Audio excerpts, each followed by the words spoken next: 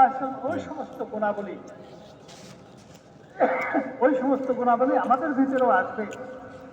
কারণ নবীর ভিতরে আল্লাহ তাআলা যেগুলো দান করেন এগুলো উম্মার ভিতরে পৌঁছানোর দায়িত্ব দিয়ে দান করেন। উম্মাদের ভিতরে আসার যদি যোগ্য, উম্মাদের ভিতরে নেওয়ার যদি যোগ্যতাই না থাকে, তাইলে নবীকে কেন এই দায়িত্ব দেওয়া হয়? বোঝা গেল নবীর ভিতরে যা আছে উম্মত এটাকে গ্রহণ করার যোগ্যতা রাখে, যদি উম্মত সঠিক অ্যাঙ্গেলে দাঁড়ায়, সঠিক অ্যাঙ্গেলে থাকে। আর নিজে যদি সরে দাঁড়ায় তাইলে ঢুকবে না। যেমন নাকি এটা উনি বলেন নাই, কলে যেখান থেকে পানি পড়তেছে বন্যাটা তার থেকে সরাই করছে, তাই বন্যা কি বলবে? বলবে না। এই জন্য মেরে মহতরাম দোস্ত বলবো, আমাদের জীবনের জন্য জরুরি হলো আল্লাহ হুকুম নবীর তরিকাকে মজবুতির সাথে ধরা। আল্লাহ হুকুম নবীর তরিকাতে মজবুতির সাথে ধরা।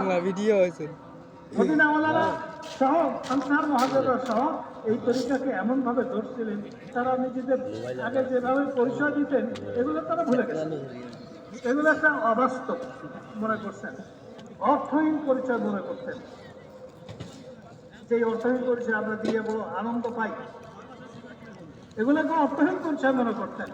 মদিনার যে কোনো মানুষ, চাই ব্যবসায়ী অথবা কৃষক, ধনী অথবা গরিব, যে কেউ হোক না কেন, তার কাছে যে কোনো মানুষ যদি জিজ্ঞেস করতে যে আপনি কে, উনি বলতেন এক নম্বর হতো যে আমি আল্লাহ তাআলার বান্দা, যে আল্লাহ তাআলা রাহমাতুল লিল আলামিন, আমি তার গোলাম। দুই নম্বর হলো যে আল্লাহ তাআলা রব্বুল আলামিন, আমি তার গোলাম। দুই নম্বরের পরিপূর্ণ করে এই পরিচয় পূর্ণতা হবে তখন। আর দ্বিতীয় নম্বরে হলো আমি মুহাম্মদুর রাসূলুল্লাহ সাল্লাল্লাহু আলাইহি ওয়াসাল্লামের উম্মত, যিনি রাহমাতুল লিল আলামিন, রব্বুল আলামিনের গোলাম, রাহমাতুল লিল আলামিনের উম্মত। এটি হলো আমার পরিচয়। আমার কাম হলো নবী যে কাম করে গেছেন ওইটাই হলো আমার কাজ। মেরে মুহতারাম দোস্ত, সমস্ত মানুষের মাথার মধ্যে এটাকে ঢোকানো, এটাই হলো আমাদের জিম্মাদারি।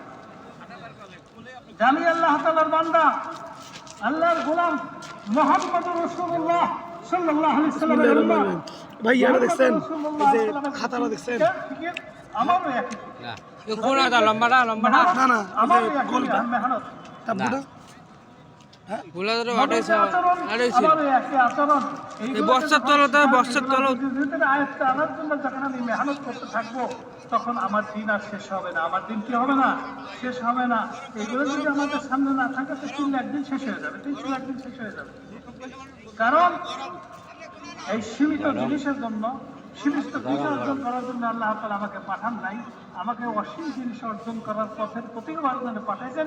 অসীম জিনিস অর্জন করার পথের প্রতীক যে হব, তখন আল্লাহ